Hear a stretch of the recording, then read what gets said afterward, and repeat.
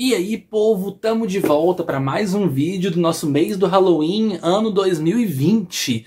Já é o ano nono que a gente faz vídeo de mês do Halloween aqui. Eu tô todo paramentado, vocês podem ver aqui, né? Hoje a maquiagem é inspirada no Corvo, aquele filmão com o Brandon Lee lá dos anos 90.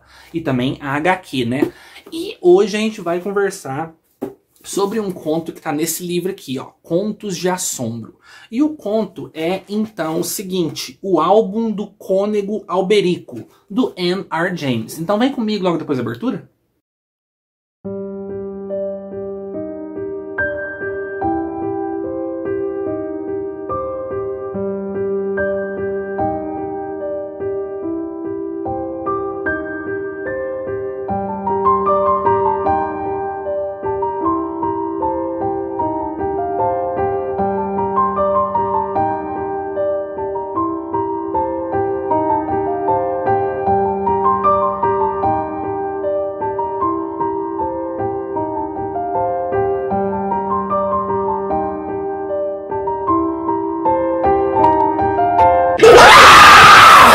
Então, povo, vamos lá, né? Começar um vídeo, vamos molhar o bico aqui.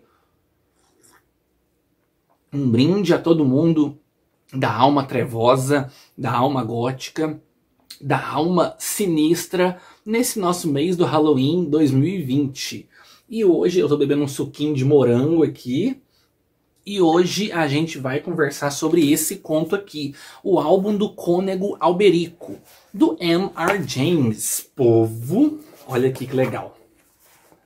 O álbum do Cônego Alberico, do M.R. James. O título é esquisito, né? Não chama muita atenção. O que chama atenção mesmo aqui é o nome do autor, que é o M.R. James. E para quem já é bom conhecedor da literatura de horror, da literatura de terror, literatura sobrenatural e gosta de um bom clássico, já conhece aí o M.R. James, que é um autor britânico muito conhecido pelas suas famosas ghost stories. O cara era mestre, povo. O cara só fazia coisa boa.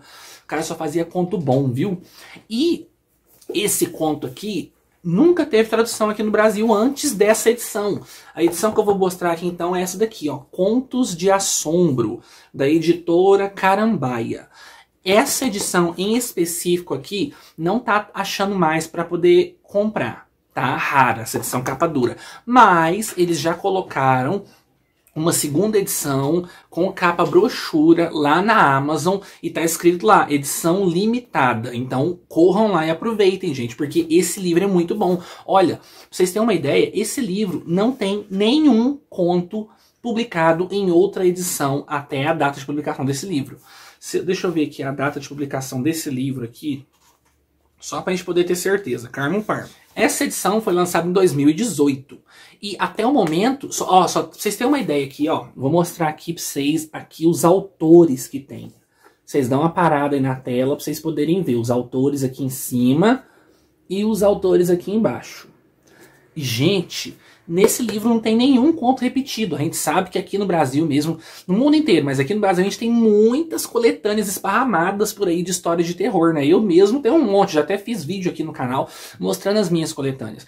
E a grande maioria dos contos se repetem entre si. É um ou outro conto recente, um ou outro conto de tradução nova, um ou outro conto que não teve edição aqui no Brasil.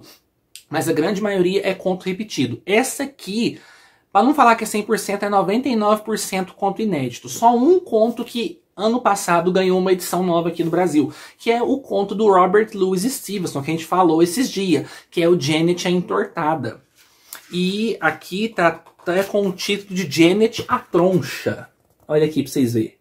Do Robert Louis Stevenson. Esse é o único conto que já tem uma edição aqui no Brasil. O resto é tudo conto novo. E eu falo isso com 100% de certeza, viu, povo? Porque eu pesquisei, eu comparei com todas as minhas coletâneas que eu tenho aqui. E eu posso dizer que eu tenho quase tudo quanto é coletânea, tanto recente quanto antiga, viu, povo? Vocês sabem que eu gosto de conto, vocês sabem que eu entendo. E a gente vai falar sobre esse conto magistral aqui do M.R. James. Eu já falei sobre o cara, o M.R. James, aqui várias vezes aqui no canal. Ele é muito famoso por aquele conto Assovie que Virei, um conto incrível. Eu até tenho o livro, não peguei, mas tá lá em cima. Que é um livro que a editora Penalux lançou com esse conto e mais outros 4 contos do M.R. James. Eu já trouxe outras histórias também, o cara é mestre. Ele, em matéria de fazer história sobrenatural, história de fantasma, ele é mestre. E, para minha felicidade, esse livro tem um conto inédito aqui no Brasil do M.R. James, que é esse então que a gente está falando hoje, o álbum do Cônego Alberico. O nome é um nome que você não dá nada, é um nome que você não liga muito, mas gente, que história é essa aqui, viu? Vamos com algumas informações antes de eu começar a falar sobre o conto. Ele foi publicado originalmente em 1894 na revista britânica National Review. Se eu conseguir encontrar a edição, eu coloco a capa aqui para vocês poderem ver. E depois ele foi republicado na primeira coletânea que o autor lançou, que chamava então Ghost Stories of an Antiquary, lançada em 1904. Depois ele publicou mais outras 4 coletâneas, tudo de história de fantasma. O cara, ele adorava escrever história de fantasma. E esse conto saiu primeiro nesse livro dele. Primeiro na revista, depois nesse livro dele. E desde então está sendo republicado assim em vários livros lá nos Estados Unidos, na Inglaterra e em outras línguas. Mas é a primeira vez que ele vem aqui para o Brasil. E é uma típica história envolvendo um elemento sobrenatural, um elemento fantasmagórico, um elemento fantástico. Gente, é legal demais. É legal demais. Que conto interessante. A gente tem aqui então o seguinte. A gente tem o nosso protagonista. Ele está viajando com outros 2 amigos pelo interior da Inglaterra, do Reino Unido. Está viajando pelo interior, desbravando as riquezas naturais e as construções medievais e tudo mais. Tanto é que o próprio M.R. James, ele era um medievalista, ele estudava, ele era um acadêmico incrível, assim, estudou muito sobre a arquitetura, a obra, a arte da era medieval. E ele replica muito disso em seus contos, inclusive nesse aqui. E eles então, voltando à história, eles estão viajando então, e eles resolvem parar em uma cidadezinha assim, que lá é uma cidadezinha bem michuruca mesmo, um vilarejozinho. Mas lá tem uma ruína de uma catedral gigantesca, muito bonita, e que é considerada ponto turístico entre os estudiosos e os curiosos da arte antiga, os estudiosos das construções antigas. E eles acabam se separando e fica só o nosso protagonista, que eu esqueci o nome dele. E ele vai então visitar essa ruína, mas para poder entrar lá você tem que ter como é que eu posso dizer, a companhia de uma pessoa responsável. E é onde então ele vai encontrar com esse cara aqui, esse senhor, que ele é, se eu não me engano, ele é algum religioso. Ele é alguma coisa assim. Deixa eu dar uma olhadinha aqui só para poder conferir. Mas ele é algum religioso. Ele é um sacristão. E esse sacristão já é um senhor de mais idade já, e meio que guia ele então ali pelas ruínas dessa catedral. E o nosso protagonista, ele fica perdido assim nas belezas, e nas esculturas, e na arquitetura, em tudo daquele lugar. Ele fica muito encantado. E o tempo vai passando, ele começa a fazer anotações no caderno dele, ele é um estudioso, vai passando, vai fazendo anotações, vai fazendo observações, e o velho sacristão ali junto com ele. E ele começa a perceber que o velho está meio incomodado. Que o velho não queria estar ali. Você percebe que o velho está incomodado de estar naquele lugar ali. Que o velho não está gostando. E o velho, muito educado, nunca fala nada. É típico inglês, sabe? Muito centrado, muito austero, muito educado. Não fala nada. Você vê que ele está incomodado, mas ele não fala nada. Ele não quer incomodar a pessoa alheia. E o senhor está ali e o nosso protagonista também. Aí o protagonista fala: o senhor não quer que eu fique aqui até eu terminar? Porque eu acho que eu vou demorar um pouco. Eu vou ficar aqui até de noite, até o sol descer e a lua surgir no céu. E eu acho que eu vou me demorar um pouco. O senhor não quer deixar que eu fique aqui sozinho? Eu me viro daqui por diante. E o velho, o sacristão, fala: não, não. Eu faço companhia para o senhor aqui até o senhor terminar o seu trabalho. Mas se fosse possível, eu adoraria que o senhor terminasse esse trabalho antes da noite cair. Você já percebe que tem um negócio estranho aí, né? Acontece então que eles escutam um tipo de risada ecoando pelo fundo assim da catedral, nos corredores escuros, cheio de teia de aranhas, abandonado, úmido. Uma risada vindo das profundezas. O velho se arrepia todo e o nosso protagonista ele fica se perguntando, mas o que é isso? Só que como um bom inglês também, ele não questiona, porque ele viu que o velho ficou incomodado. Ele não questiona, ele não fala nada e continua com o seu trabalho. Até que ele termina. E o velho fala, já está muito tarde para o senhor conseguir uma hospedaria. Pode passar a noite lá na minha casa. Então ele vai, saem os dois então, estrada fora, e vão para a casa desse velho, do sacristão. Eles chegam na casa do velho e o velho tem uma filha.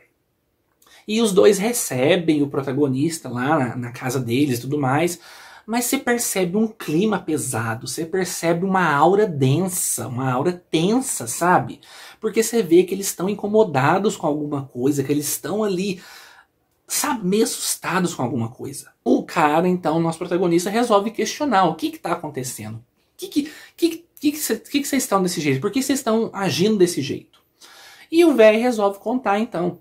É porque aquela catedral, ela é habitada por alguma coisa. Alguma coisa mora naqueles confins daquela catedral. Aí o cara, não, mas isso é superstição, que não sei o que, não sei o que. Aí então o velho fala, eu tenho aqui um tomo que foi recuperado pelo Cônego Alberico. O Cônego Alberico, ele viveu aqui nos anos de 1700 bolinha, ele era um grande explorador e ele explorava atrás de tesouros. Ele descobriu então essa catedral, ele foi um dos primeiros a descobrir essa catedral, e nessa catedral ele encontrou um tomo gigantesco, muito grande e muito antigo. E nesse tomo, eu vou te entregar para o senhor ver. E então o protagonista pega o tomo e começa a folhear. Ele começa a ver que o tomo é antiquíssimo, que está cheio de ilustrações, assim, pinturas bem antigas, que datam dos anos de 1200, 1100, 1000, bem antigo mesmo. Pinturas assim incríveis e alguns relatos também escritos com aquela linguagem arcaica da época. Ele fica encantado com aquele tomo, é um tomo raríssimo, aquele é um tesouro e tudo mais. Ele vai passando, até que o velho, o sacristão, fala, vai para a última página. E ele vai então para a última página, né? E na última página tem uma pintura da catedral, retratada de forma assim magistral, muito bonita e nos mínimos detalhes.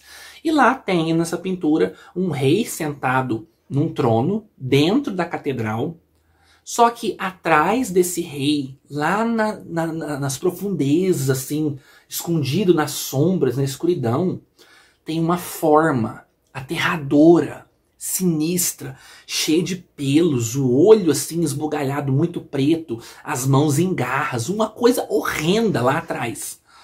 E na hora percorre um arrepio assim que gela o nosso protagonista.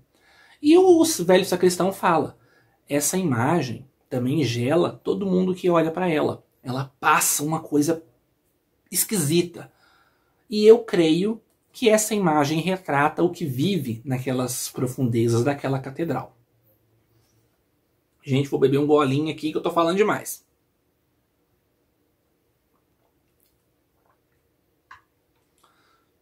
Voltando. Acontece então que o nosso protagonista resolve comprar aquela relíquia. Ele quer porque quer ter aquele livro, aquele tomo é raríssimo, aquilo lá vale uma fortuna, aquilo lá ele pode fazer nome na arte mundial com aquele tomo, porque ali tem muitos tesouros, incluindo essa última pintura aterradora, que ele nem suporta mais olhar. E o velho sacristão até fala que ninguém aguenta olhar para aquela pintura por muito tempo.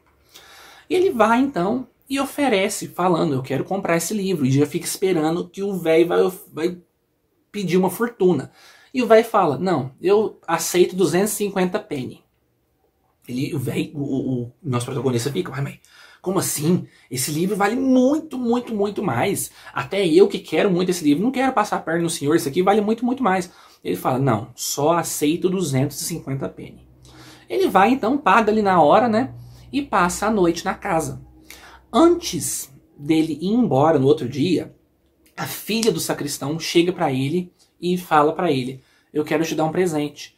E dá para ele então um crucifixo de prata, coloca no pescoço dele e fala: promete pra mim que você não vai tirar esse crucifixo de prata em nenhum momento. Ela fala.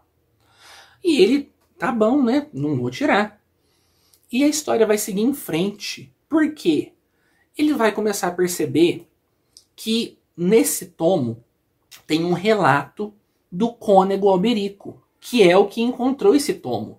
E ele escreveu, o homem rico, o aristocrata, lá dos 1700 e pouco, escreveu nas últimas páginas desse tomo um relato contando umas experiências esquisitas que ele começou a ter depois que ele entrou na catedral e depois que ele viu na última página do livro aquela ilustração, aquela imagem aterradora daquele ser esquisito lá no fundo do corredor. Eu paro de contar a história por aqui. É um conto, deixa eu dar uma olhada aqui só para ver quantas páginas que ele tem. Mas não é um conto muito curto. 63, ele tem 30 páginas. É um conto assim de tamanho razoável, um tamanho que eu gosto. Eu acho que conto...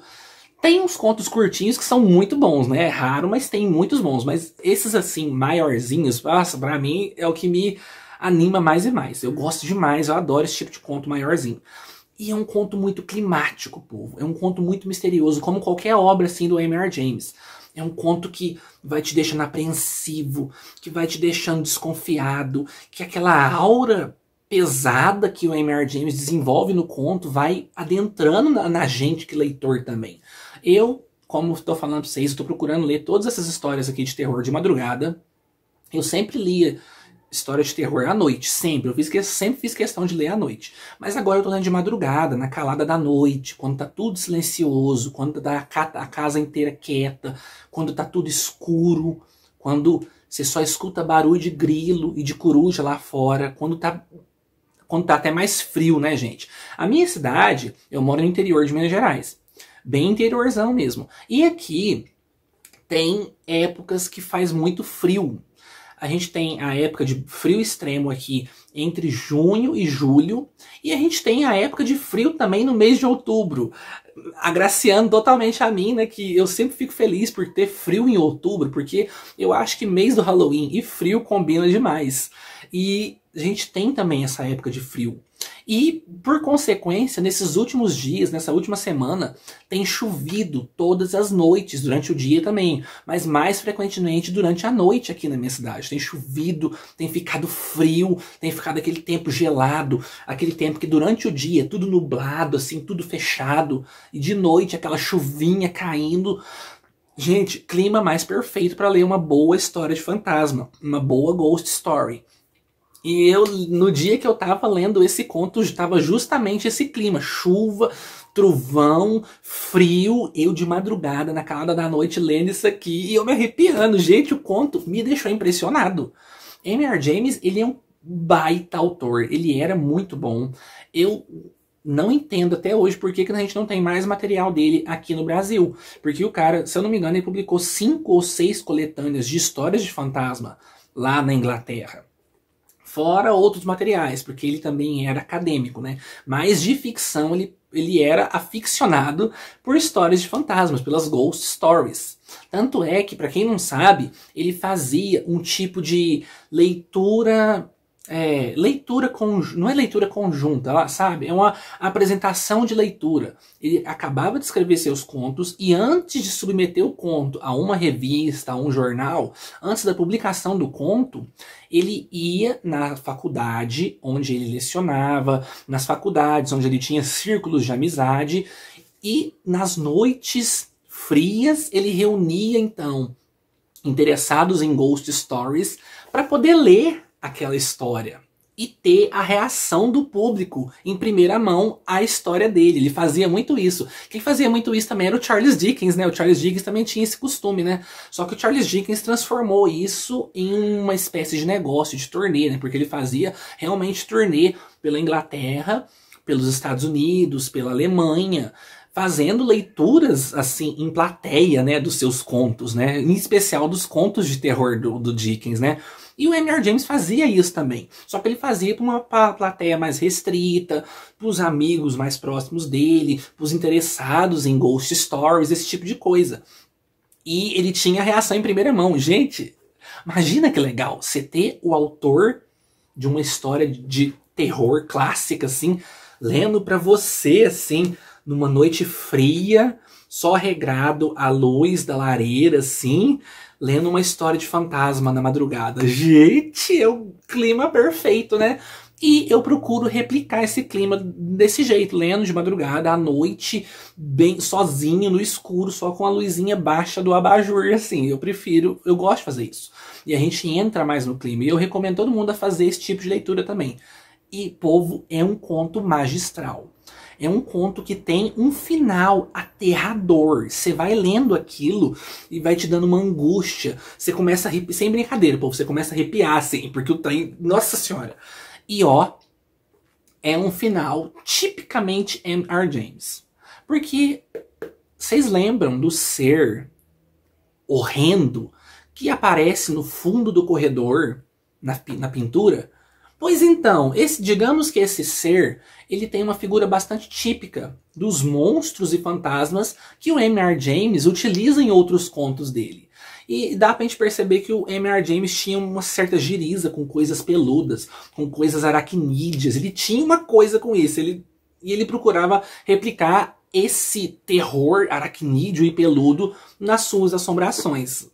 É muito legal, gente. É muito legal. Várias histórias, vários contos que eu li dele tem a suposição, tem a insinuação, ou até mesmo mostra explicitamente uma figura nesses moldes. É muito interessante. E nesse conto a gente não deixa de escapar disso também. É um conto incrível. É um conto muito bem escrito. O M.R. James sabia como moldar as palavras, como conduzir a narrativa para poder deixar o leitor preso, o leitor assim grudado. O leitor não quer parar o conto. Você lê o conto, por mais que ele tenha 30 páginas, geralmente o pessoal, ainda mais hoje em dia, né? As pessoas estão acostumadas a ler conto curtinho, né? Conto de 15 páginas para trás, né? E quando você lê um conto grande, maiorzinho assim, geralmente a pessoa, hoje em dia, o leitor atual, contemporâneo, costuma parar no meio, ler só um pouquinho hoje, um pouquinho amanhã. Esse aqui é o tipo de conto que você não consegue fazer isso. Você gruda nas páginas, você gruda na história e você vai até o final. E você fica aterrorizado. Olha, gente, baita conto, eu recomendo demais. Fica a dica aí. Então, meu povo, eu espero que vocês tenham curtido o vídeo de hoje. Amanhã tem vídeo novo lá no canal, às 11h23 da noite, vídeo novo do nosso mês do Halloween 2020. Então aguardo todo mundo aqui. Deixa o dedão pra cima e até o nosso próximo vídeo, povão. Tchau, tchau.